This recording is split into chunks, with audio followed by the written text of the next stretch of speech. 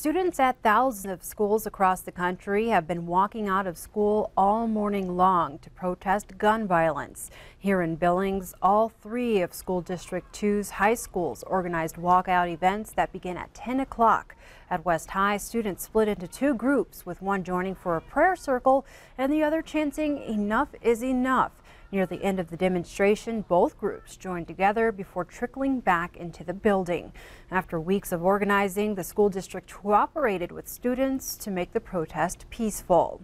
At Senior High School, students were chanting with signs in hand. A crowd gathered on the school's front lawn, with supporters honking as they drove by, along with parents and community members standing by on the sidewalk to show their support.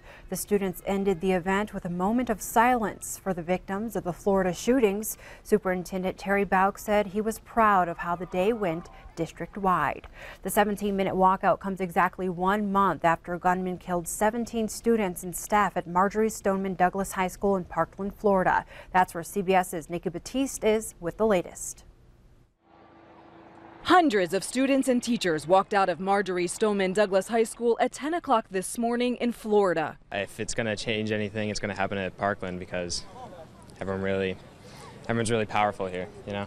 They gathered at the school's football field for 17 minutes, one for each of the Parkland shooting victims. Students here at Marjory Stoneman Douglas High School say the goal is not only to honor those they lost, but to keep national attention on gun violence. It's not an issue of age limits or an issue of just mental health. It's an issue of assault weapons. This is what democracy looks like! From outside the White House to Indianapolis, thousands of students took part in the nationwide protest. In Charlotte, North Carolina, students placed flowers in front of the names of each victim. We want students to know that their voice matters. Only about 2% of schools nationwide are taking part in the walkout.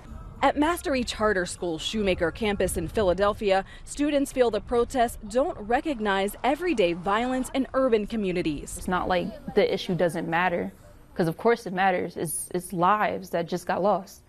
But at the same time, we're not cherishing all lives. And the gun control protests don't end with the walkout. Many students are organizing voter drives, and the March for Our Lives rally for school safety is scheduled later this month.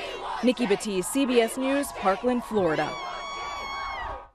In many schools across the nation, students who walked out faced punishment, including possible suspension or detention. The ACLU of Montana has sent a letter to the Office of Public Instruction and Montana School Board Association urging them to support students who wish to engage in planned walkouts. In its letter, the ACLU reminded Superintendent Elsie Arnson and school administrators that schools cannot ignore First Amendment requirements. The organization also said it may take action if students participating in the walkout face a more severe punishment than a student who was simply ditching class for any other reason.